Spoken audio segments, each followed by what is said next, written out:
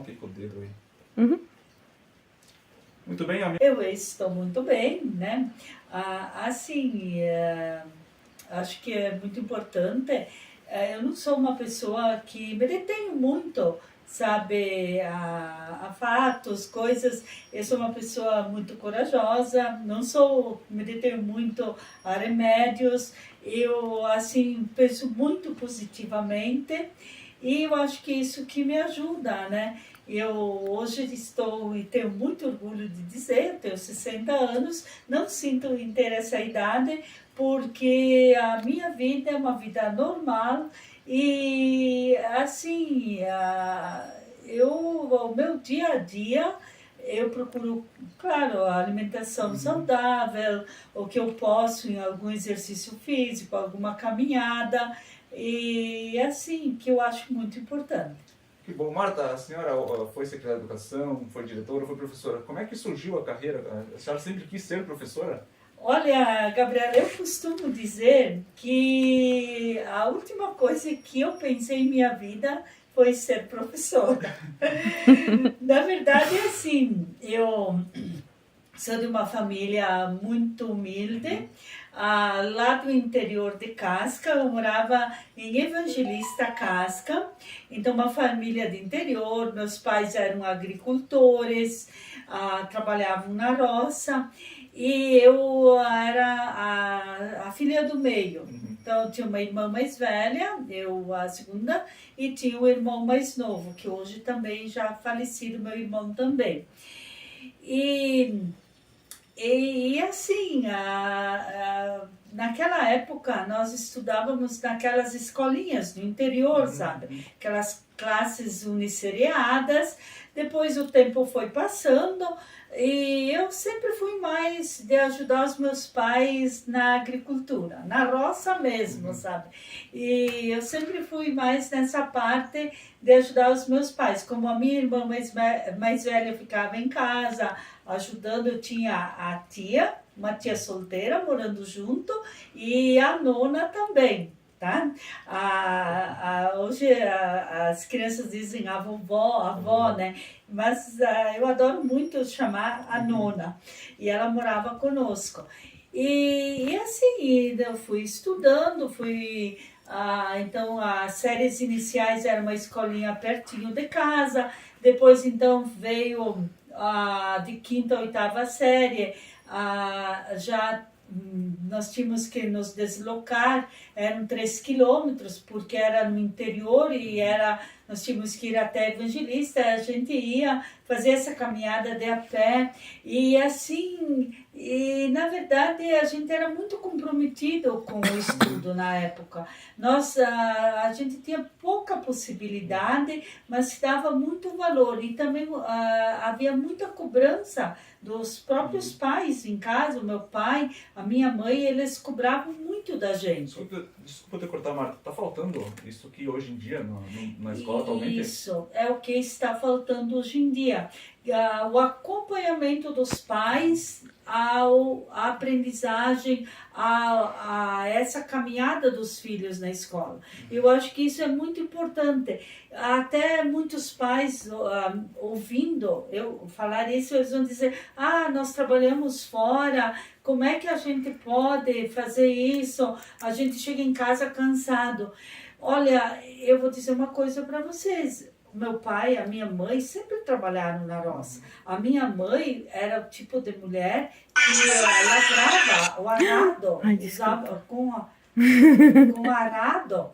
E à noite, enquanto a minha mãe preparava a janta ou fazia o serviço, o meu pai sentava na mesa comigo, a minha irmã. O meu irmão ainda não ia para a aula, mas depois, quando ele começou também, e ele chegava a olhar o lápis e para ver quanto nós tínhamos apontado o lápis, se nós tínhamos desperdiçado feito uma ponta do lápis a mais sem necessidade.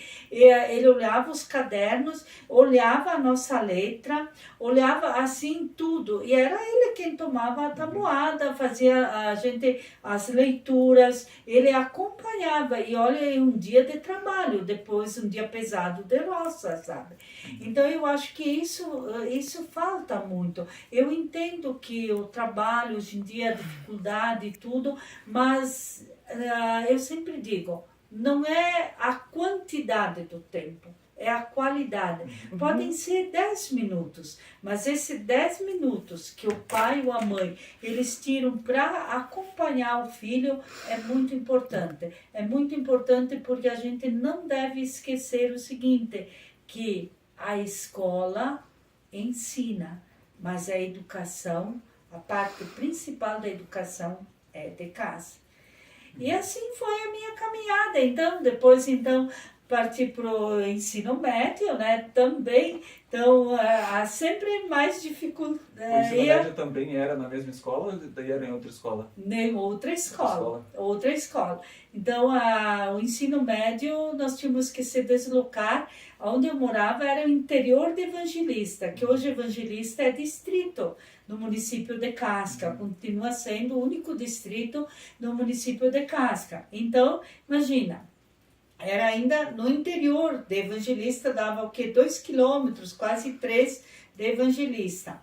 Aí eu tinha que ir para o ensino médio e era em Casca. Era a única escola, o lugar mais perto.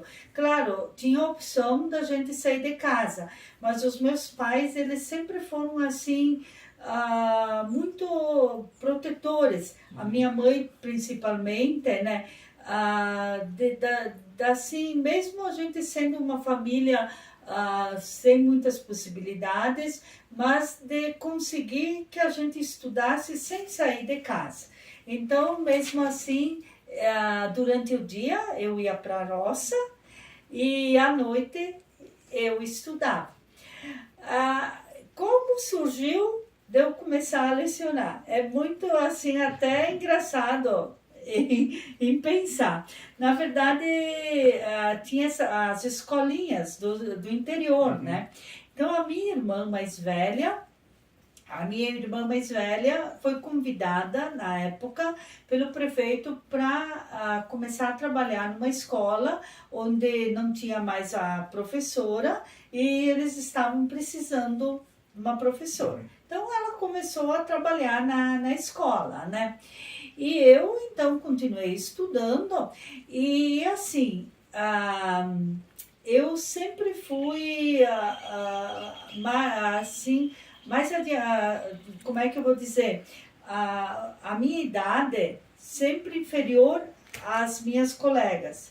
Porque a minha irmã, nós temos uma diferença de 1 ano e meio, e eu sempre acompanhei ela nas mesmas séries. Porque, na verdade, quando eu comecei a ir para a aula, eu comecei a ir antes, naquela época a gente iniciava com 6 a 7 anos, eu iniciei com 5, porque a minha irmã ia para a aula e eu comecei a chorar, queria ir também, e acabei indo para a escola. As escolinhas, assim, a professora me aceitou, mas eu fui 1 ano assim, sem fazer matrícula. E no final do ano, eu fiz os exames, que naquela época, os exames vinham direto da prefeitura, da Secretaria de Educação. Eu fiz os exames e eu fui,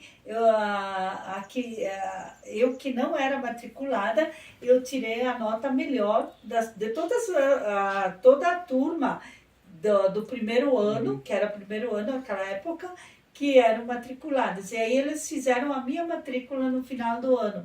E assim eu consegui acompanhar sempre as mesmas séries junto com a minha irmã. A senhora lembra da nota? Eu não lembro, isso eu não lembro. Eu só lembro que eles fizeram a minha matrícula no final do ano. Eu fui o ano inteiro sem ser matriculada. E aí, no final do ano, eu fiz os exames, assim por fazer. E como a minha nota foi a melhor, eles foi feita a minha matrícula no final do ano. Isso é uma coisa que eu não esqueço. E aí, eu sempre acompanhei a turma, né? E E naquela época, no ano de 79, numa escola ali pertinho da casa onde eu morava, dava que uns 2 quilômetros, a professora dessa escola sofreu um acidente e era em agosto. E eles estavam, o município precisava de uma professora. E como eram escolas fora, difícil acesso, e nós tínhamos um amigo do meu pai, que ele trabalhava na prefeitura, e ele indicou o meu A senhora nome. estava com que idade na época? Eu com 17 anos. 17. 17, ele recém tinha completado 17 anos. E eu estava no terceiro ano do ensino médio. E aí eu fui indicada e comecei a trabalhar nessa escola. Então, em agosto de 1979, antes de acabar o ensino médio, eu já comecei a lecionar. E aí eu comecei a lecionar, terminei o ensino médio e fiz um vestibular. Aquela época a gente fazia vestibular de férias, né? Era faculdade de férias. Fomos eu, a minha irmã, mais uma amiga, e nós fomos para Erechim, Centro de Ensino Superior de Erechim. Hoje é a URI, né? Lá em Erechim. Hoje é a URI. E aí eu, assim, gostava, não sabia nem se era o que eu realmente queria. Tinha sido uma experiência, tinha gostado muito. Era licenciatura, Marta, desculpa, licenciatura de alguma matéria específica? Ou... Era letras, isso. Então, na verdade, como era de férias, a gente tinha letras, que abrangia português, educação artística, toda a área do português, tinha ciências, que abrangia ciências, matemática e estudos sociais. E eu escolhi letras. Fiz o vestibular, mas assim, foi aquela coisa, terminei o ensino médio, vamos lá fazer o vestibular, e ainda a gente, como éramos eu e a minha irmã, a gente foi mais por uma experiência, porque a gente sabia que nós não tínhamos condições naquela época de estar... A senhora disse que a família é humilde e tal. Então foram mais por experiência, a universidade... Mais por experiência, porque a gente sabia que a gente não ia ter condições de frequentar as duas, a faculdade, fazer faculdade, porque nós não tínhamos condições ainda. E a gente já estava trabalhando as duas, né? Mas aí a gente... Era um salário baixo a época? Era um salário baixo e era o início. Assim, foi uma coisa todo de repente, né?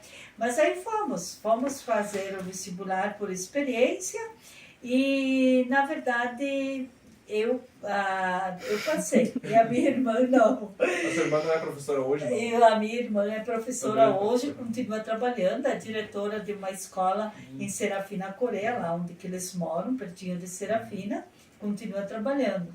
E aí eu passei no vestibular e ela não. E a amiga que foi junto também não conseguiu. E só eu que consegui.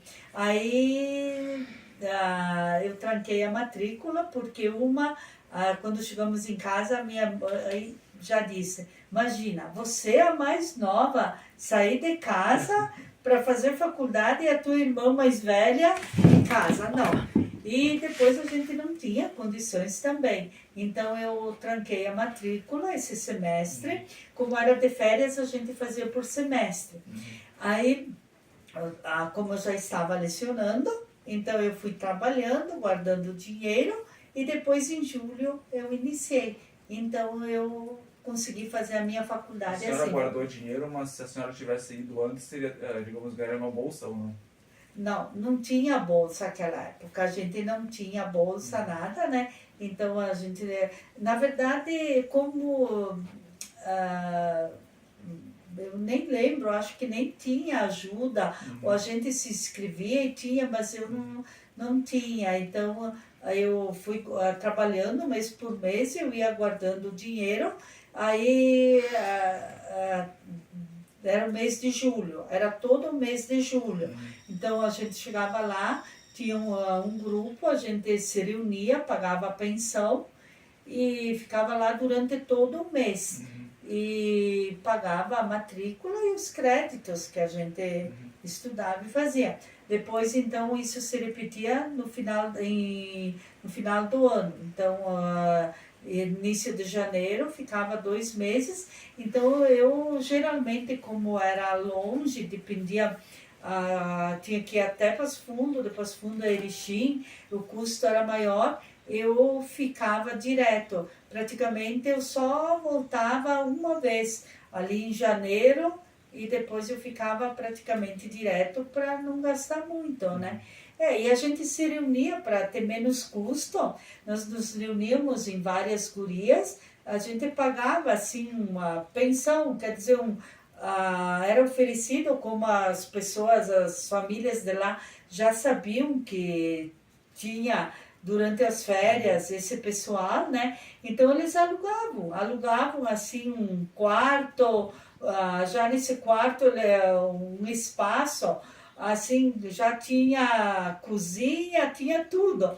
Então a gente se fazia comida, o que dava a gente ia levando de casa até que dava, para ter menos custo, né? Isso foi o início, então, até se formar. Como é que foi até a formatura? Foi nessa batida aí? Isso foi assim, até eu me formar, né? Então, eu fiz toda a minha faculdade. Claro que, então, eu acabei, assim, depois da minha turma, porque como eu já tinha trancado, né? A matrícula, quer dizer, não tinha feito as primeiras etapas, acho que eu não lembro se foi em 84 ou 85 que eu consegui me formar. E aí, após se formar, Marta, continuou dando aula no interior da Casca ou você então eu continuei lecionando naquela escolinha. Na verdade, eu troquei, no interior eu troquei, mas continuei naquelas escolinhas. Depois, então, em Casca, houve a nuclearização das escolas municipais, que foi um dos primeiros municípios que nuclearizou todas as escolinhas municipais, fechou e centralizou, né, todas dentro do município. Então, todas as escolas foram fechadas, menos a minha escolinha. A minha continuou mais um ano. Aí, nesse ano, eu casei, e o Idnilson morava aqui, em Nova Araçá, né? Então, eu, na verdade, só vinha no final de semana e continuei trabalhando naquela escolinha durante todo o ano. E aí, no final do ano, então também eles fecharam porque não tinha mais condições, essas né? escolas do interior, elas ficaram extintas no passar dos anos, né, Marta? Isso, elas ficaram extintas. É que, na verdade, é assim, era muito bom trabalhar nessas escolas do interior, porque realmente o professor era valorizado. Naquela época, assim, havia uma valorização do professor, as crianças também, os que vinham para a aula, a gente, na verdade, não tinha muito o que oferecer, porque as escolas não tinham luz, não tinham água. A escola que eu trabalhei, as crianças tinham que trazer a merenda para a escola, né? Mas eu te digo que eles vinham estudar, era com amor, né? Era com amor e geralmente as crianças entravam na escola. Tinha muitos que nunca tinham visto um caderno, um lápis, que começavam a alfabetização realmente na escola. E eu, assim, na escola que eu trabalhei, eu não tinha mimeógrafo, não tinha nada. Então, para as crianças, para os alunos que eram de primeira série, tu imagina, tu tá numa escola, numa sala, e tu tem... eu tinha todas as séries, eu cheguei a ter 22 alunos, né, de primeiro a quinto ano, todas as séries numa sala só. Então, tu tinha que estar bem preparado. Então, como é que era dar aula para a primeira série, segunda, terceira, quarta e quinta? Tudo junto. E tu imagina, então, o que eu fazia? Tu tinha que te preparar em casa com atividades. Bah, eu vou começar amanhã com o quê? Tá, vou começar dando uma atividade no quadro para a quinta série, enquanto a quarta série faz uma atividade no caderno, mas eu tinha que alfabetizar a primeira série, o primeiro ano. E eu não tinha nada, mimeógrafo, nada. Então eu preparava no papel carbono. No papel carbono ia colocando e fazendo. Não tinha quadro, sim. E tinha quadro, Tinha mas quadros. então eu tinha que ocupar o quadro para todos. Então, às vezes, eu deixava a atividade pronta no papel, fazia em casa, passando com papel carbono para a primeira série. Então, a gente ia distribuindo as atividades, né? Para que todos tivessem atividades e não ficassem desperdiçando o tempo. A gente tinha que se virar. Mas assim, na verdade, foi uma fase muito boa. E foi ali, eu acho, que eu aprendi a gostar de ensinar. Eu acho assim que a gente vai aprendendo muita coisa. E hoje, quando eu volto lá e eu encontro esses meus ex-alunos, eu assim, acho muito gratificante e vejo que assim não foi um esforço válido. Quer dizer, foi um esforço válido, que tudo valeu a pena, né? Porque eles, assim, além do ensinar, além do aprender, a gente tinha convivência com as famílias, tinha aquela parte que hoje falta muito. Marta, era outros tempos, mudou muito. Como é que a senhora avalia o mundo da educação hoje? Lá tinha muitas dificuldades e o aluno estudava mais. Hoje que tem mais, digamos, entre aspas, mordomias, tem mais recursos, por que o aluno não tem interesse? Eu acho que hoje mudou muito. Quanto mais é oferecido, menos interesse há por parte dos alunos. E eu acho que isso também, por isso que eu digo sempre, que as famílias têm que começar a andar mais junto com os filhos. Porque não adianta a gente... A escola está ali, a escola está ali para ensinar, né? Mas a família tem que educar, a família tem que caminhar junto. Então, a escola não faz nada sozinha. Então, não adianta você cobrar da escola se o pai e a mãe em casa não sabe se o filho tem tarefa de casa, se o filho, o que o filho fez na escola, se o filho foi para a escola ou não foi. Então, tudo isso, e isso a gente tem que, desde pequeno. Não adianta tu começar a cobrar do teu filho depois que tu perdeu. Tu tem que iniciar desde pequeno sempre esse acompanhamento. E é como eu torno a repetir, que eu acho assim, não interessa a quantidade de tempo, vale? É a qualidade. Pode ser 5 minutos. 5 minutos que basta tu chegar para o teu filho e dizer para ele o que tu fez na escola hoje. Mostrar, como pai, como mãe, mostrar que tu tem interesse no que o teu filho fez. Isso que é o mais importante. Muito bem. Antes da senhora comentar mais um pouco do início da carreira, a gente passou por um momento muito delicado, né, nas escolas, Marta, que foi os possíveis ataques, né? Que teve muita fake news, também é verdade. A tecnologia trabalhou bastante.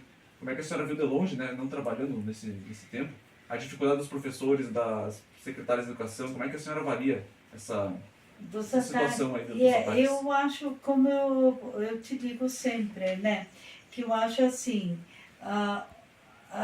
hoje a tecnologia é boa, veio agregar, é muito bom. Essas mudanças, tudo é muito bom. Só que hoje as nossas crianças não sabem mais inventar uma brincadeira. Hoje as nossas crianças não sabem mais, nada mais agrada. Então, e assim, tudo, a culpa recai toda onde? na escola. Só que eu pergunto, a escola está ali fazendo o possível, né? O professor dentro da sala de aula usa a tecnologia, mas sabe, ele está sendo orientado até onde ele pode ir, o que ele pode fazer, o que ele vai trabalhar com o aluno. Não é assim o professor jogando um celular na mão de uma criança sem avaliar o porquê. O professor sabe da caminhada. Agora eu pergunto, aqueles pais que na hora do almoço e colocam o celular na mão da criança enquanto a criança almoça, tá? Começa ali. Aí a criança vai crescendo, vai pegando o celular, mexendo no celular, e o pai não sabe nem o que eles estão olhando. Exatamente. Depois vai para o computador, é tablet, é notebook, porque aí não chega mais o celular. Aí, claro, é mais fácil tu chegar do trabalho e mandar o teu filho pegar o celular e ficar ali com o celular e tu fazer o que tu tem para fazer. É mais fácil fazer isso, é mais cômodo. Mas e o que o teu filho está fazendo? O que ele está acompanhando nas redes sociais? Então eu acho que tudo isso, todos esses ataques, tudo isso começa a partir dali. Porque eu acredito assim, que quanto à questão de bullying também na escola, toda essa questão, eu acho que todos os professores, toda a direção de escola, todos fazem o máximo para que isso não aconteça.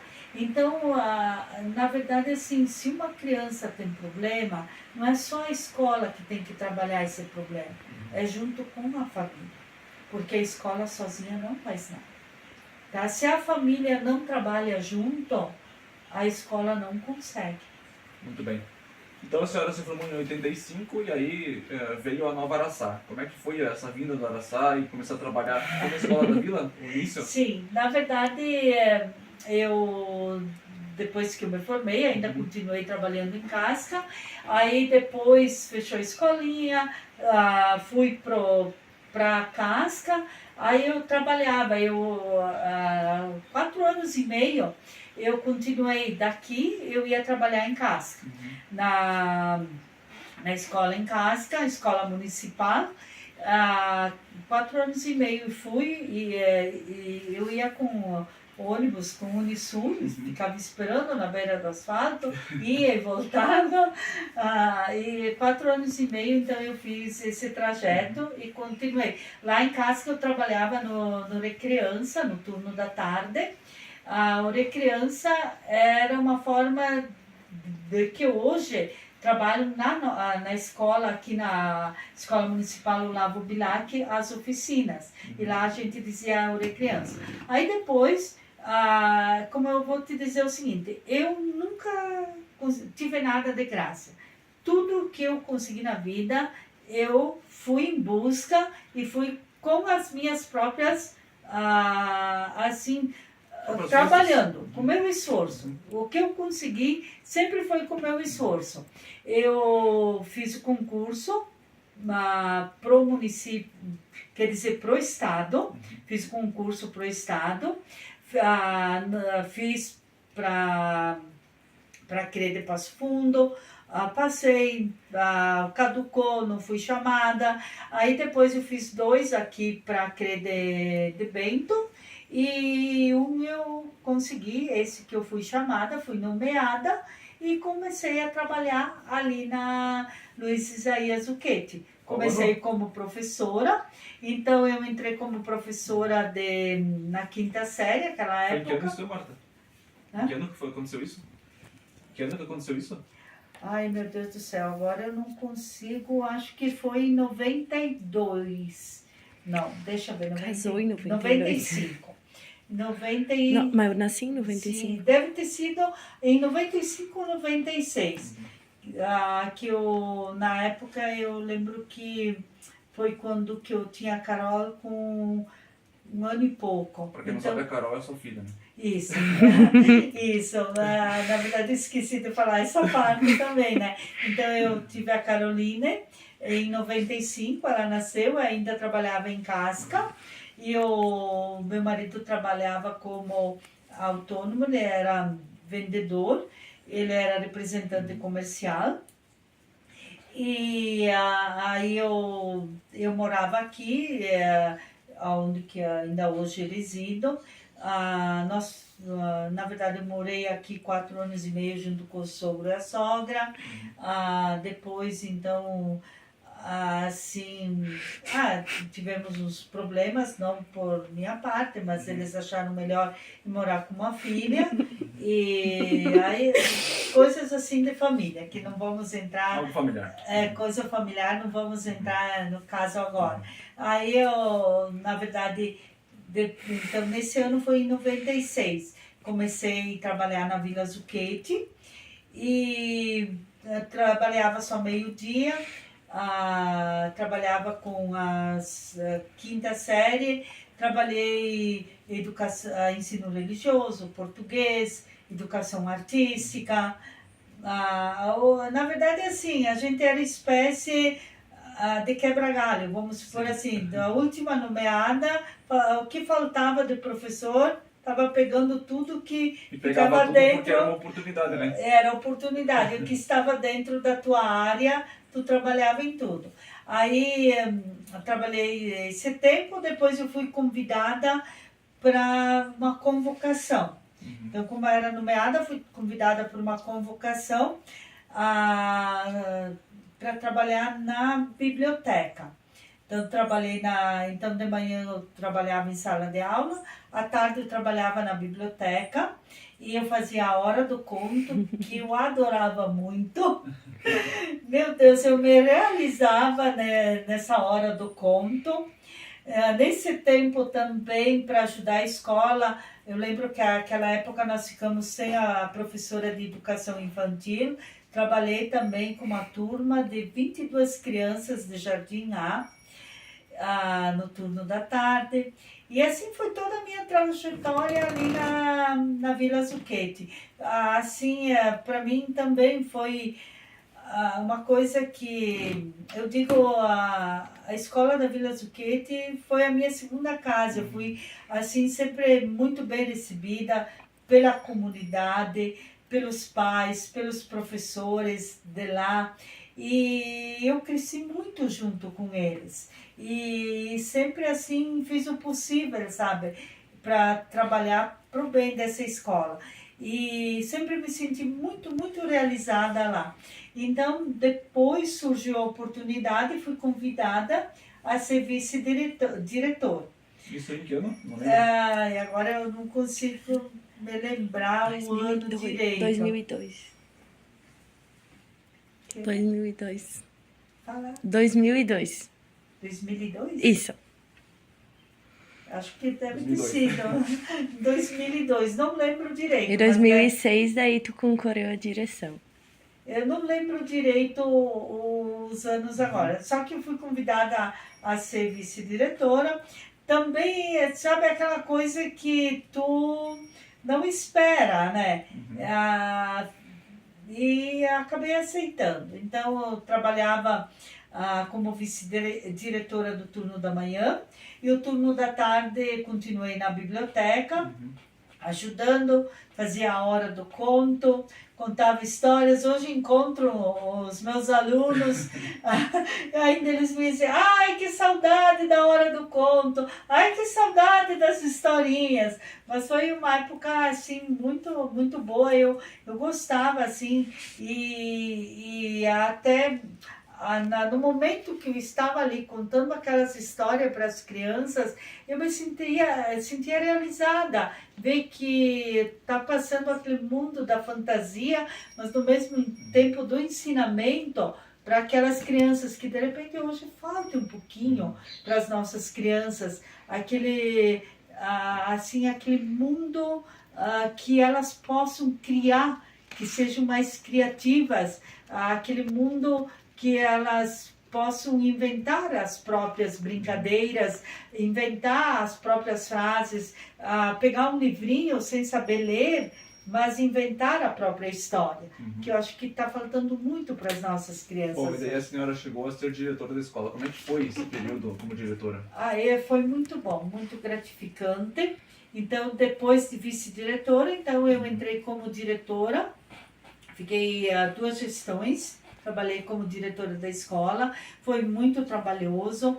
Na época, nós chegamos uma época com mais de 500 alunos, nós tínhamos o EJA na escola, tinha todas as séries, desde a educação infantil até o EJA, os 3 turnos. A gente tinha uma equipe muito cooperativa, sabe, sempre todo o grupo também, um grupo bom de professores, e eu assim, eu sempre me dava muito bem, porque eu como gestor, eu acho assim, que a gente é gestor não para gritar, para brigar ou para só impor. Eu sempre gostei de conversar, eu tinha sempre o meu lado humano, porque eu sempre pensei assim, eu sempre fui professora, né? Sempre trabalhei, sempre tive dificuldades.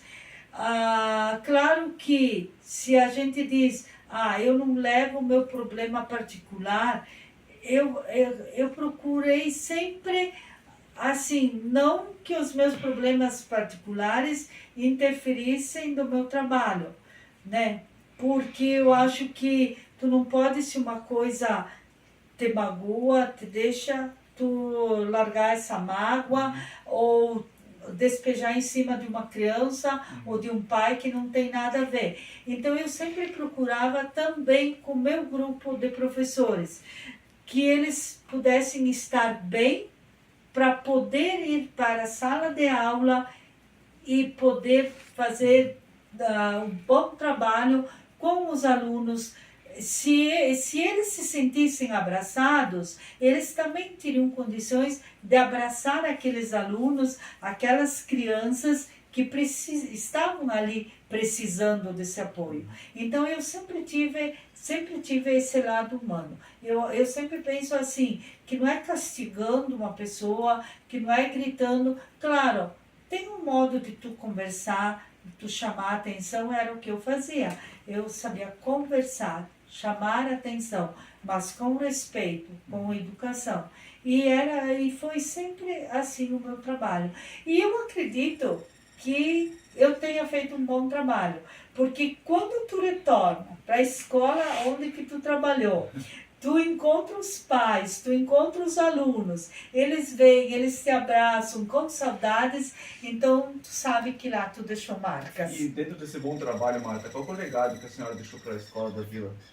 Olha, eu acho que o legado que eu devo ter deixado foi realmente isso, essa parte, né? Que a gente precisa trabalhar junto, a gente precisa estar unido, né? Se a gente quer conseguir realizar um bom trabalho. Perfeito, eu sou prova disso, porque quando eu iniciei na escola em 2012, a senhora era diretora, ficou por um pouco tempo, né? Eu acho que a senhora saiu no fim de 2012. Isso, eu acho que sim, que foi em 2012 que eu pedi a minha aposentadoria. Mas uma coisa que a senhora falou é muito verdade, é que a senhora tem o respeito da comunidade, dos alunos, isso é muito verdade, eu lembro muito bem disso aí. Marta, passando de diretora, a senhora, acredito eu, que se aposentou e aí chegou a ser secretária de Educação. Na verdade, como é que aconteceu isso? Na verdade, assim, eu já estava com quase 33 anos de serviço no magistério, né? Então, eu tinha completado 50 anos e era aquela época de mudanças das leis e tudo, e aí eu decidi pedir minha aposentadoria.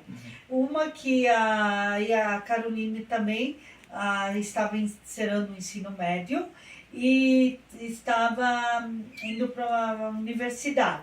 Então eu pensei, eu acho que chegou o momento de eu parar um pouquinho e dar um apoio e até assim acompanhar um pouquinho mais de perto, né?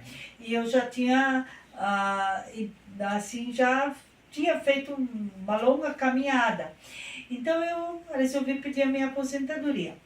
Aí a Carol fez o vestibular de odontologia em Passo Fundo, na UPF, passou, começou a frequentar, fazer faculdade, e eu fiquei em casa durante esse ano.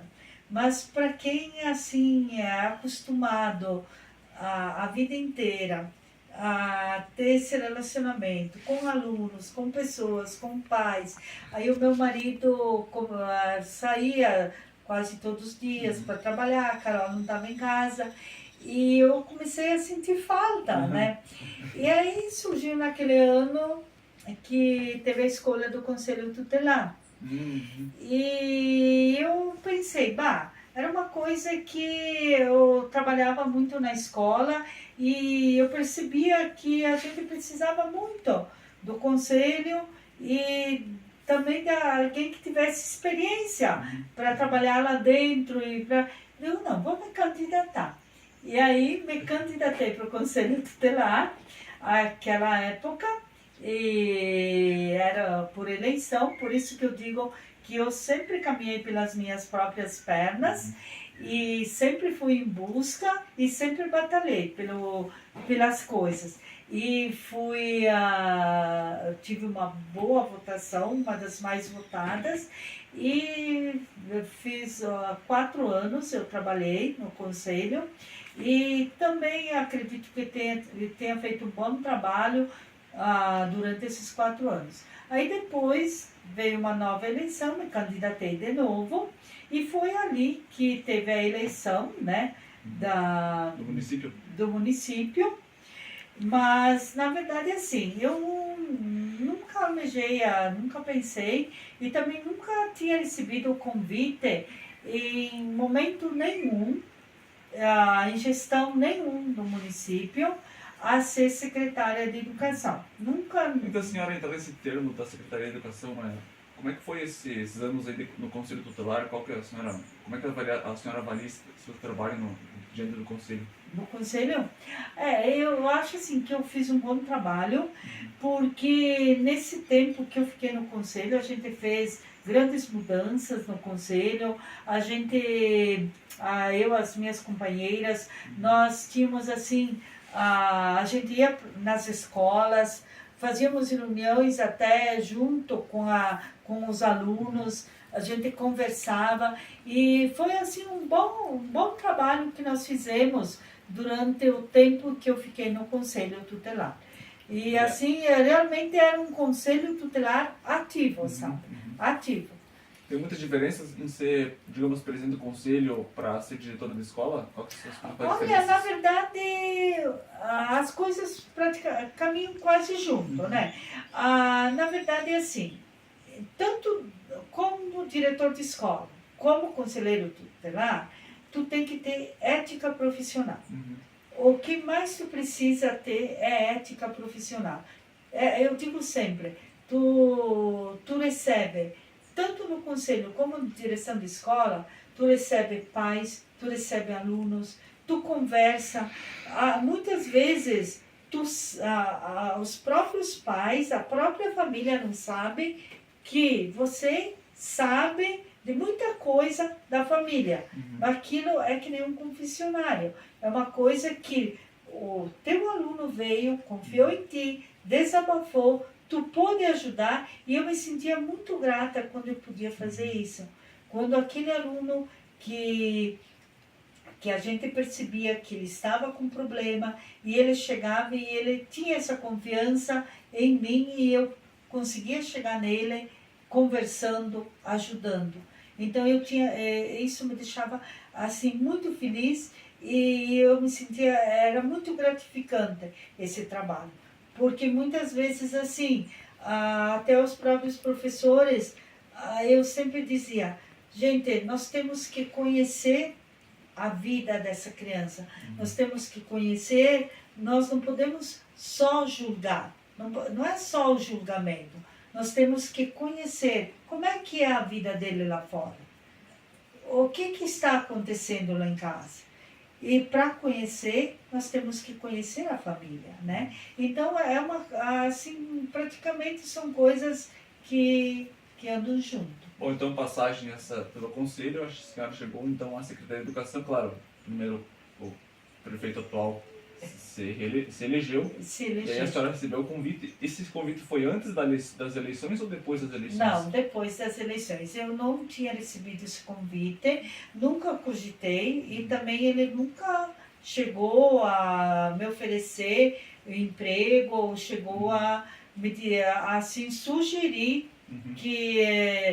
ele me oferecia esse emprego. Uhum. Por isso eu também assim nunca almejei e nunca pensei em ser. Uma que eu já tinha o meu trabalho. Eu era conselheira tutelar. Estava fazendo o que eu gostava, Uhum. né? Então, aí ele veio, me convidou, até eu não dei a resposta logo, porque eu fiquei assim indecisa, né? Demorei uns dias entre me decidir, pensar, será que eu aceito, será que não aceito, porque o que eu estava fazendo no conselho, claro, de repente quem ouve está ouvindo diz, diferença de salário. Claro, há diferença de salário, mas assim, há diferença de tempo, de trabalho também, né? Mas eu nunca, assim, coloquei a parte, valor Financeira. em primeiro lugar. Porque se eu tivesse feito isso, muitas vezes eu teria ficado em casa. Mesmo quando eu era diretora de escola, para mim, eram 40 horas, eram 2 turnos. Mas chegou semanas que eu trabalhava manhã, tarde e noite. Eu cheguei a chegar em casa de noite e ter problemas na escola, a vice-diretora me ligar, eu abrir a porta e nem chegar dentro de casa e estar retornando para resolver os problemas. Então, quem trabalhou comigo sabe que eu não estou mentindo. Eu nunca medi esforços, nunca assim olhei, meu Deus, está na minha hora, passou da minha hora. Não, e até os pais podem dizer quantas vezes 5 horas teria sido o meu horário de ir embora, mas se chegassem pais ali 5h15, 5h30 e eu estava ali, eu ia atendendo eles, nem que fosse que eu tivesse que ficar 2 ou 3 horas ali, mas eu não deixava esses pais irem embora, porque estava no meu horário. Eu, assim, sempre coloquei, acima de tudo, eu acho que até o respeito e o amor pela profissão, pelo que eu estava fazendo. Como é que a senhora avalia a passagem pela prefeitura como secretária de Educação? Olha, assim, para avaliar a minha passagem pela prefeitura como secretária de Educação, eu vou começar do início. Na verdade, assim, então eu aceitei o convite, que nós iniciamos foi em 2021, né? A gente vinha de um ano crítico por causa da pandemia, 2020, onde as escolas praticamente tinham parado de funcionar, né? E então nós entramos em 2021, também ainda continuando com essa parte da pandemia, não sabendo essa volta ou não volta, como que vai ser. E sempre lembro que a gente tinha tudo preparado para uma volta e com umas séries, e a gente retornou um dia e depois foi trancado tudo. Então foi muito difícil no início. Desde a estrutura dos prédios, desde as estruturas das escolas, não estou aqui julgando ninguém, nem quem veio antes de mim, porque é uma coisa assim, que aconteceu, né? Claro, tudo parou, não tinha nada previsto, né? Então foi uma coisa assim que praticamente ficou parado. 2020, 2021, a gente acabou retornando lá bem no finalzinho. E aí, nesse ano 2021, eu também sofri bastante. Eu tive a perdi meu marido, também vítima da pandemia. Foi assim, para mim, foi muito triste, uma coisa que nem hoje a gente não consegue, assim, como é que eu vou dizer, não tem algo que diga que a gente supere, porque é uma perda que a gente vai superando dia a dia, né? Mas sempre tem a volta. Só que, como eu estava numa fase bem difícil ali da pandemia, os professores também estavam precisando de mim, eu praticamente não vivi o meu luto naquele momento. Eu também não estou reclamando, né? Foi escolha minha. O luto, eu acho assim, eu vivi dentro de mim, passou dentro de mim. Se eu precisava chorar, eu chorava, mas eu não deixei de trabalhar. Eu continuei trabalhando, porque eu, assim, se eu assumo algo, eu sei que é porque alguém precisa de mim.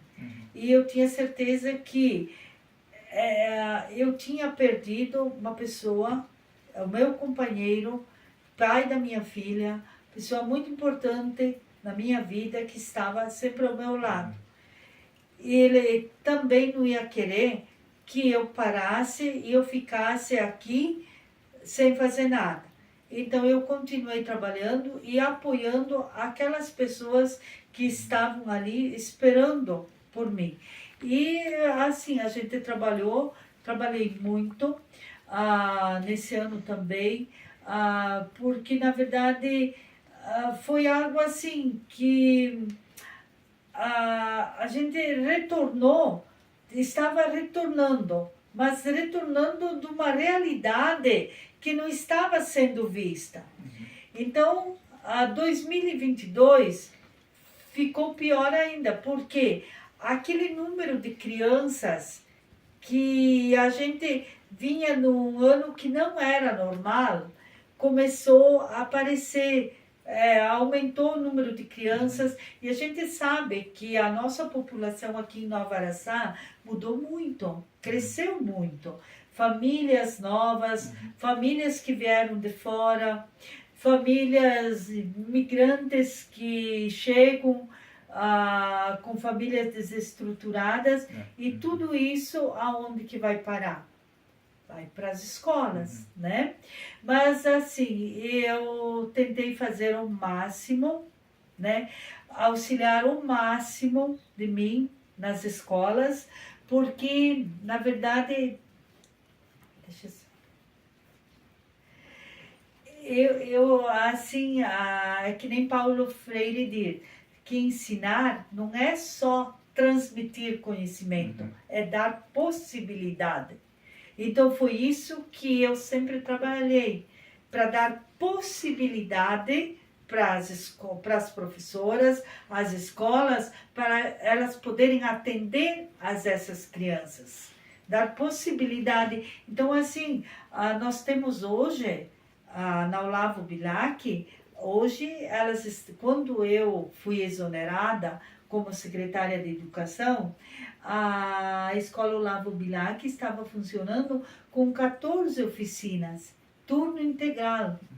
Então, a gente tinha, com a diretora, a gente tinha feito uma organização da própria escola, onde todas essas crianças pudessem ser muito bem atendidas.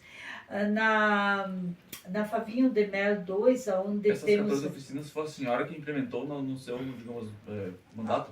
As 14 oficinas, sim, junto com a direção da escola, a gente foi vendo o que era necessário e a gente foi conseguindo essas oficinas, umas terceirizadas, outra com convocação de professores, e a gente foi organizando. Então foi comigo que a gente foi organizando.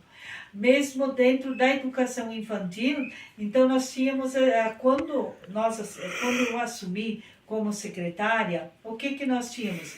Nós tínhamos as 2 creches e nós tínhamos uma escola de educação infantil nível A e B. Nível A e B que funcionava só à tarde. Então, tinham crianças da educação infantil com 4 anos que não tinham com quem ficar e acabavam ficando dentro da creche. Só que então estavam ocupando um espaço para as crianças que tinham idade de creche. Então, o que nós fizemos? Assim, eu trabalhei para que nós tivéssemos uma escola de turno integral para educação infantil, nível A e nível B. Então, o que está funcionando hoje, né? Nível A e nível B, educação infantil. E as creches, né? As 2 creches que estão também funcionando. Claro, todas essas escolas também de educação infantil tem oficinas, são trabalhadas oficinas dentro da escola, né? Dentro das creches também tem acompanhamento de oficinas. Então era assim um trabalho que estava sendo bem realizado. Só que assim... A sua avaliação do trabalho é que a senhora fez um trabalho bom na frente da Secretaria de Educação? Como? A sua avaliação em relação à Secretaria de Educação, o seu trabalho, a senhora se considera que fez um trabalho bom? Eu me considero que eu fiz um trabalho bom. Assim, não deixei nada de fazer. Foi um trabalho assim que foi crescendo a cada dia. E um trabalho assim que eu procurei, como eu digo, sempre valorizar o profissional. Que eu acho que sempre a parte humana... E é uma coisa que eu acho que foi isso que pesou, que eu não fui entendida, porque essa parte minha humana, que eu acho assim, que tu castigar um profissional por perseguição política, eu não acho justo, né? Então, eu acho que o profissional tem que ser valorizado. Eu acho que ainda mais hoje, os nossos professores... A senhora foi induzida a castigar um profissional por conta de divergências políticas? Eu fui e me neguei a fazer isso várias vezes, né? Porque eu não gosto, não acho Como certo. seria essa castigação, Marta? É trocar de lugar, trocar de escola, um profissional que eu não tinha nada a dizer, bom profissional, bom professor, que não tinha reclamação de pai, trocar com outro profissional de uma outra escola. Então eu ia castigar praticamente 2 profissionais, um profissional que não tinha nada a ver com o assunto, né? Trocando de escola. A gente sabe que quando é feito o concurso, eles não é colocado e eles sabem que eles podem ser manejados, né? Mas assim, conforme a necessidade. Se não há necessidade, para que trocar de lugar um profissional? E então isso eu não gostava de fazer. E assim, eu acho que isso não é valorizar o profissional. Eu acho que a gente valoriza o profissional conversando tudo. Eu sempre, assim, achava, chegando a dialogar com o profissional. Dialogar, conversar, trocar ideia, mostrar que aquilo não estava certo. Então, eu acho que essa parte que é valorizar. Uma que hoje os nossos profissionais, eles já estão desmotivados. Já se sentem desmotivados pela própria sociedade e pelos próprios gestores, onde que muitas vezes eles são vistos como pessoas que não têm vontade de trabalhar. Por isso que eu digo que todo gestor, de estado, município, todos deveriam antes passar por uma sala de aula. Todos deveriam conhecer o que é uma sala de aula, o que é uma escola, o que é trabalhar numa sala de aula com 20 crianças. E hoje nós temos as crianças especiais, nós temos a inclusão nas escolas. E no nosso município, nós temos muitas crianças, praticamente uma em cada turma. Só que essas crianças, elas merecem um espaço dentro da escola, mas elas têm que ter o profissional que cuide delas. Então, houve sim muito aumento de profissionais dentro do município. Mas isso que eu não fui entendida. Por que teve esse aumento? Teve esse aumento porque se eu tenho uma escola de educação infantil com praticamente uma criança especial em cada turma, e eu tenho turno integral, e os pais optarem para essa criança ficar em turno integral, e essa criança, ela necessita de 2 monitores, né? Em cada turno. Ela precisa de 2 monitores, e eu não posso negar isso. E eu não posso negar essa oportunidade para essa criança. E eu me sentia muito feliz, muito feliz quando as professoras me mandavam os vídeos dessas crianças e vendo o crescimento dessas crianças em sala de aula. E olha, eu vou te dizer, eu me sinto, hoje eu me sinto muito feliz e olho para trás, eu me magoada pelo não reconhecimento do trabalho que eu realizei. Porque até hoje as justificativas dadas à minha exoneração não tiveram, como é que eu vou dizer, não foram justificativas suficientes que puderam abater o que eu fiz pela educação.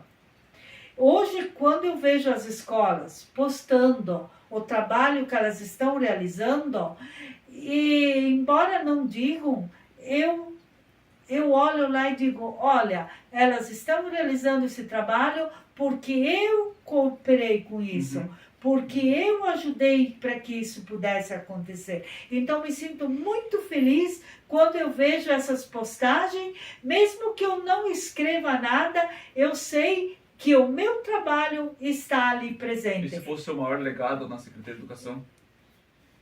Como? E se fosse o maior legado na Secretaria de Educação? Isso. Foi o meu maior legado na Secretaria de Educação, foi fazer esse trabalho. Poder, assim, que essas crianças, principalmente essas crianças especiais, também tenham condições de estar na escola. E que muita coisa não estava acontecendo, não estava sendo deixada de fazer, mas não por meu esforço. Porque eu fui podada muitas vezes, assim, não foi compreendida de poder fazer esse trabalho. De muitas coisas que eu tive que lutar e fazer, e ser chamada a atenção depois. E muitas coisas por não ter sido autorizada em fazer. Né? Mas mesmo assim eu dava um jeito para que as coisas pudessem acontecer. E assim, uma coisa que estava acontecendo era a falta de vagas numa só das creches, porque eu tinha conseguido fazer o zoneamento das creches, onde tinha o transporte também, que uma das creches não tinha, mas tinha sido feito o zoneamento, aí a gente tinha conseguido o transporte, que tem municípios que hoje não tem transporte para creche, nem para educação infantil. No município nós tínhamos, e numa das creches, as creches do centro, até com sugestão ainda da direção do ano anterior, a gente conseguiu abrir mais 2 salas, então por isso não tínhamos lista de espera, mas porque a gente tinha conseguido, sem esperar as novas construções, né, que as novas construções estão ali, que hoje acredito que não sei se o ano que vem ou outro eles vão estar pronta, mas também ali eu me sinto feliz porque nesta do centro era um projeto que tinha custado muito, né? E quando eu conversei com o secretário da administração e ele me disse, bah, como é que nós vamos fazer esse projeto? Que é uma parte com 2º andar e tem elevador, e fui eu que disse para ele, tá, mas por que não pode ser feito? Vamos mudar um pouquinho o projeto, onde que tem aqui o refeitório, vamos fazer uma mudança e tu pode fazer a base, faça só o 1º andar e deixa a estrutura por um 2º andar futuramente. Então, por isso que eu, assim, acho que também nesse projeto eu posso não estar ali, mas quando eu vejo a construção, digo, tá, esse projeto está andando, mas também teve um pouquinho de mim lá. Embora não queiram reconhecer, mas tem um pouco de mim lá também. E assim, e mesmo não ficamos esperando a construção, foi feito umas reformas, então o único problema que nós tínhamos lá na escola, numa das creches, que por falta de vaga, e eu assim, achava errado o quê? Se os pais têm fila de espera, é porque os pais vão procurar. Se eu não tenho condições de sala de aula, não tenho profissionais suficientes, creche não é depósito de criança, né? Então, era isso também que eu achava muito errado. Que como é que que não a palavra de alguém superior vale mais daquele que está ali na lista esperando a vaga há 2 anos e alguém que não está nem inscrito, né? Nem inscrito tenha mais direito. É isso que eu também assim achava muito desumano.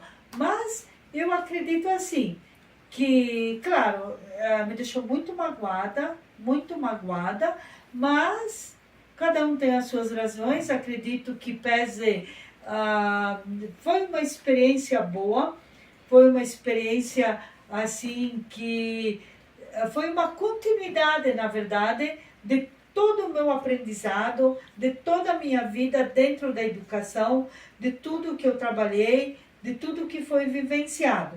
Só que, assim, tem coisas que dentro, que me deixaram, assim, na verdade, tristes, né? Porque eu acho que pesa, onde que pesa o lado político dentro da educação, claro que muita coisa tem que andar junto, sim. Tem que andar junto, mas a educação tem que ser em primeiro lugar. Marta, como é que foi comandar os professores aqui no Nova Araçá? Olha, no início, claro, não foi fácil, porque já vinha de uma gestão de muito tempo, assim, que a gente vai se habituando a ter sempre assim, a mesma caminhada. Então, assim, uma que veio uma caminhada interrompida pela pandemia. Então, depois a gente começou com uma caminhada diferente.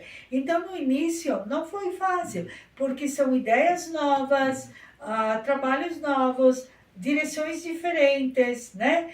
Mas, assim, eu acho que dentro da boa vontade, dentro da possibilidade, eu, assim, respeito muito o quadro dos professores, sempre respeitei a cada um deles, sempre, assim, fui pronta a ouvir as necessidades de cada um, sempre fiz o máximo para que cada escola, cada professor chegasse ao material que fosse importante para trabalhar, porque nós sabemos que com essa nova clientela, essas novas pessoas que chegaram, nós temos crianças com, assim, como é que eu vou dizer, crianças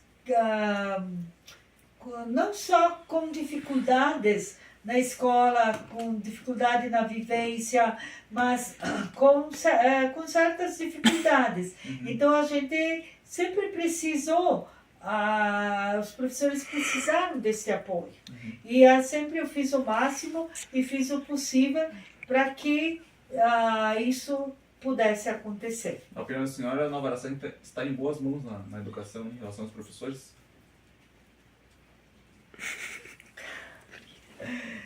Eu não sei te dizer hoje, Gabriela, porque eu te digo, eu me desliguei, não posso julgar, né? Não julgo. Então isso acho que os próprios professores, as direções de escola, algum dia poderão dizer. Não, mas eu não digo da substituta, eu digo dos professores. Na visão da senhora, dos professores. Não, eu olho para os professores das nossas escolas.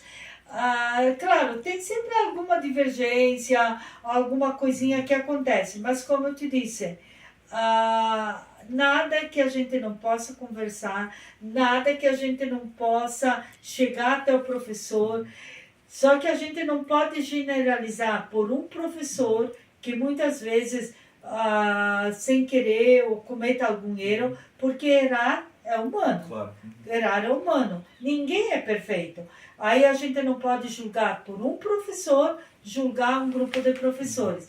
E eu acredito que Nova Araçá, sim, a educação, se for em matéria de professor, pelos nossos professores, a educação está em boas mãos, em professores que procuram, que vão em busca de formação, professores assim que se sentem angustiados, e eu acho assim que quando o professor se angustia com os problemas é porque ele quer mudar, ele quer ir em busca, ele quer coisas melhores. Então, e até assim, quando que eu assumi como secretária de educação, foi o primeiro município que contratou psicólogo, assistente social dentro da educação. Então, hoje eles ainda atuam, né? Nós temos um psicólogo, 2 psicólogos e uma assistente social. Por que que eu vi essa necessidade?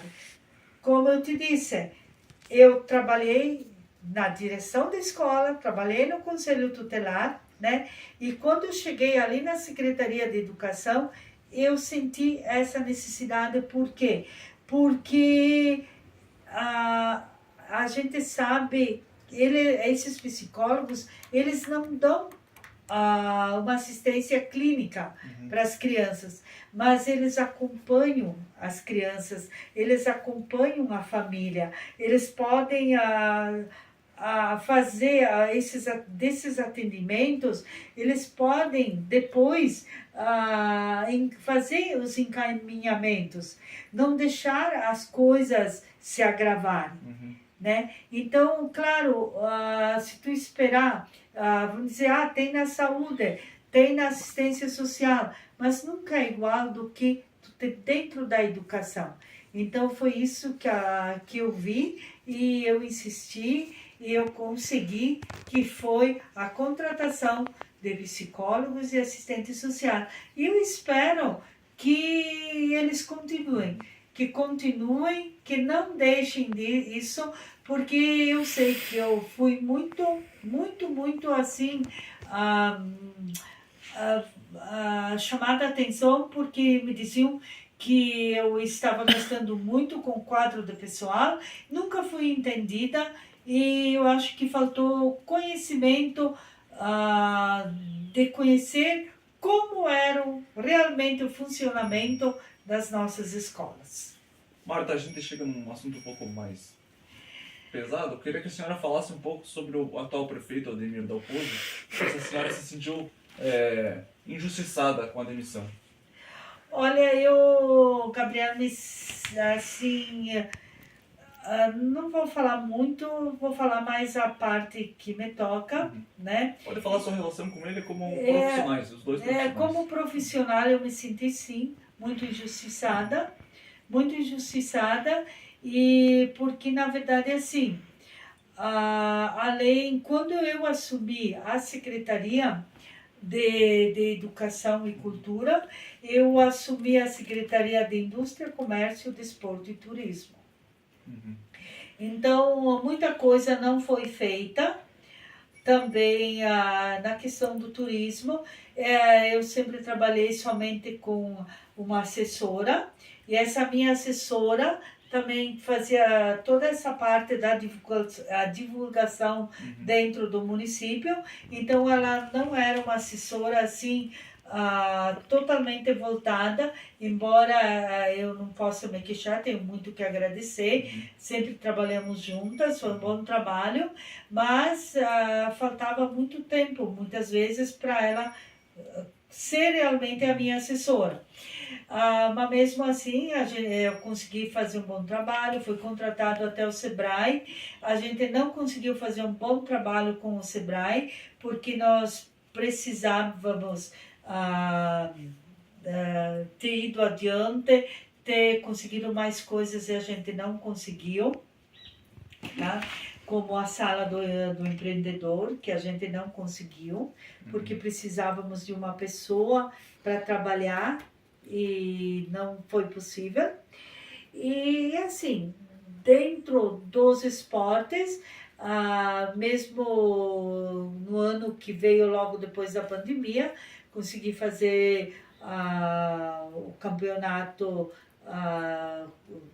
um campeonato de futebol de areia, e participaram da Copa Integração. Mesmo assim, não foi, sempre consegui assim dar o máximo de mim. Claro. E aí depois então ele nomeou um outro secretário, né? Um outro secretário para ficar com a Secretaria de Desporto, Turismo e Indústria e Comércio, que também não sei agora como é que está, porque me parece que o secretário da administração tinha se exonerado, pediu exoneração e ele tinha ido lá substituir, mas agora, pelo que eu vi, o secretário da administração retornou. Bom, mas isso não vem ao caso, não compete mais a mim. Mas assim, o que me deixou mais triste foi que também já tinha preparado tudo desde o início do ano, foi uma abertura com os professores, com os profissionais, formação que vieram ao encontro, e também houve toda uma programação no mês de abril, que eu acho que todos acompanharam essa programação, né? E eu fui a responsável, fui eu que fiz a contratação desses shows, fui eu que deixei tudo organizado para que essa programação acontecesse, desde da contratação de sonorização, da iluminação, dos artistas, das pessoas para trabalhar nos bares, na segurança, e justamente depois que eu tinha organizado toda a programação, ele, sem mais sem menos, ele me exonerou. Qual que Então, foi a eu- justificativa, Marta, que ele passou para a Se- senhora? a justificativa foi, assim, como eu te disse, que perto do que eu fiz, não teve uma justificativa plausível, uma justificativa que dissesse. E mesmo que, se hoje ele falasse por ali e desse essa justificativa, eu gostaria de sentar e debater, eu e ele, frente a frente, essa justificativa. Porque a justificativa que ele me deu é que eu não fazia o que ele me mandava. Mas justamente o que ele me mandava é o que eu já mencionei primeiro. E que eu demorava para fazer as coisas. Só que assim, como eu te disse, praticamente as outras secretárias tinham 2 ou 3 assessoras. E eu tinha uma assessora e ainda eu tinha que... ela assessorava toda a parte da imprensa, informativo da prefeitura, e mais assessorava o outro secretário. Então, assim, o meu dia era corrido. Eu cansei de ficar até as 9, 10 da noite fazendo empenhos, fazendo ofício. Mas acho que isso não foi o que bastou. Tomara que a pessoa que me substitua consiga fazer um bom trabalho e que realmente ela consiga ir adiante, porque a educação tem muito que ganhar aqui em Nova Araçá e não a perder. Muito bem, se a senhora não foi reconhecida pelo atual mandatário, o bom é que a senhora é reconhecida pela população de Nova Araçá, isso eu tenho certeza, isso que importa, né? Eu espero que sim, porque as pessoas que eu conversei até hoje, todas elas me abraçam, né, e me agradecem. Então, eu acho que se eu não fui reconhecida pela administração, mas pelo menos pelo povo, eu estou sendo reconhecida. O meu trabalho foi reconhecido e é gratificante.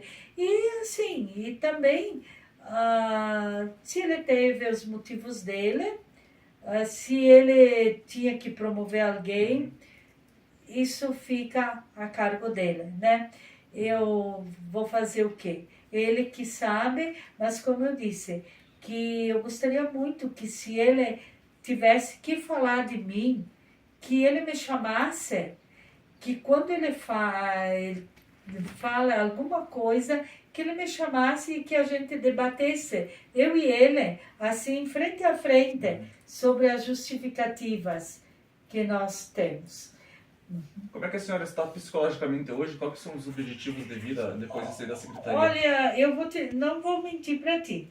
Eu assim, agora eu consegui, até pelo apoio das pessoas e tudo, e para ouvir, para ser gratificante, é gratificante ouvir das outras pessoas, né? E até pelo apoio da minha filha também, que me apoia muito. Eu consegui, mas nos primeiros dias eu entrei em desespero. Eu me desesperei muito, porque assim, eu assim não quero ser reconhecida, agradecida. Eu não quero ser agradecida, eu quero ser reconhecida pelo trabalho que eu fiz. E depois, assim, tem pessoas maldosas. Eles podem me chamar, de repente, ali por trás, de cabide, ou dizer que eu estava querendo um emprego na prefeitura. Não, eu não sou cabide. Eu não sou cabide porque eu nunca fui em busca de emprego da prefeitura. Eu nunca tive nada de graça. Tá? Eu não fui pedir esse emprego, não fui pedir esse trabalho. Me ofereceram, eu aceitei, né? E mais uma coisa, toda a minha caminhada, eu nunca consegui de graça. Eu fiz concurso, se eu fui no conselho tutelar, eu fiz prova, eu fui por eleição, a direção da escola também foi por eleição, né? Então, na verdade, não foi coisa que eu ganhei almejado. E assim, mesmo sendo um trabalho oferecido, sendo um cargo de confiança, eu não deixei de fazer as coisas, né? Eu podia te dizer, cargo de confiança, recebo o meu dinheiro, também que fique, se não dá para fazer hoje. Uhum. Não, eu nunca fui assim. Como eu te disse, deixei até de viver o meu espaço de luto, porque eu sabia que tinham pessoas que precisavam de mim. Claro, não fui obrigada. Uhum. Claro, não estou cobrando nada de ninguém, né? Mas para verem que eu não sou uma pessoa que eu faço por amor o que eu faço. Faço porque eu quero assim, mesmo as pessoas que precisam de mim, dependem de mim, que realmente eu sinto que eu estou ali no lado delas. Marta, para a gente concluir, eu queria que está chegando ali o Dia das Mães, a senhora citou muito a Caroline. Como é que é ser mãe, né, nesse mundo hoje aí? É muito gratificante. Olha, eu vou te dizer que a minha filha é o meu suporte, é a minha companheira. Na verdade, é assim, nós éramos eu, ela e o pai dela. Uhum. A gente era muito unido. E como eu te digo, qual é a família que não tem, de vez em quando, aquela família que diz que é perfeita, Não. que nunca discutiu, nunca brigou, é porque não é família. É porque nunca se encontram, nunca conversam, nunca falam. Mas a gente se dava muito bem. A gente se dava bem, a gente sente muito a falta do pai, mas é uma coisa que a gente supera sempre junto. Então eu e ela, na verdade, além do relacionamento de mãe e filha que nós temos, nós sempre fomos muito amigas. Uhum. Então, a gente tem essa relação de mãe, filha e amigas também. E já aproveitando, então, deixo o meu abraço a todas as mães, né? Pela passagem que logo, não nesse final de semana, no próximo, é o Dia das Mães. E um abraço bem apertado a todas as mães. E a todos os profissionais da educação, que eles merecem o meu respeito e a minha gratidão. Muito bem, Marta. Essa aqui foi então a Marta Isabel Crema Stoania, ex-secretária de Educação, já foi diretora, foi professora também. Além de ser uma grande mulher, uma guerreira, uma trabalhadora. E parabéns, Marta, pelo seu trabalho, pela sua carreira. E obrigado pela entrevista, né? A gente, quando entrevista uma pessoa tão simpática assim, dá um orgulho da profissão que eu escolhi, né? Do jornalismo. E eu vou levar para sempre essa entrevista que eu fiz com a senhora. Muito obrigado mesmo. Muito obrigada a você, Gabriel, por me dar essa oportunidade. E olha, assim, para mim é um orgulho mesmo.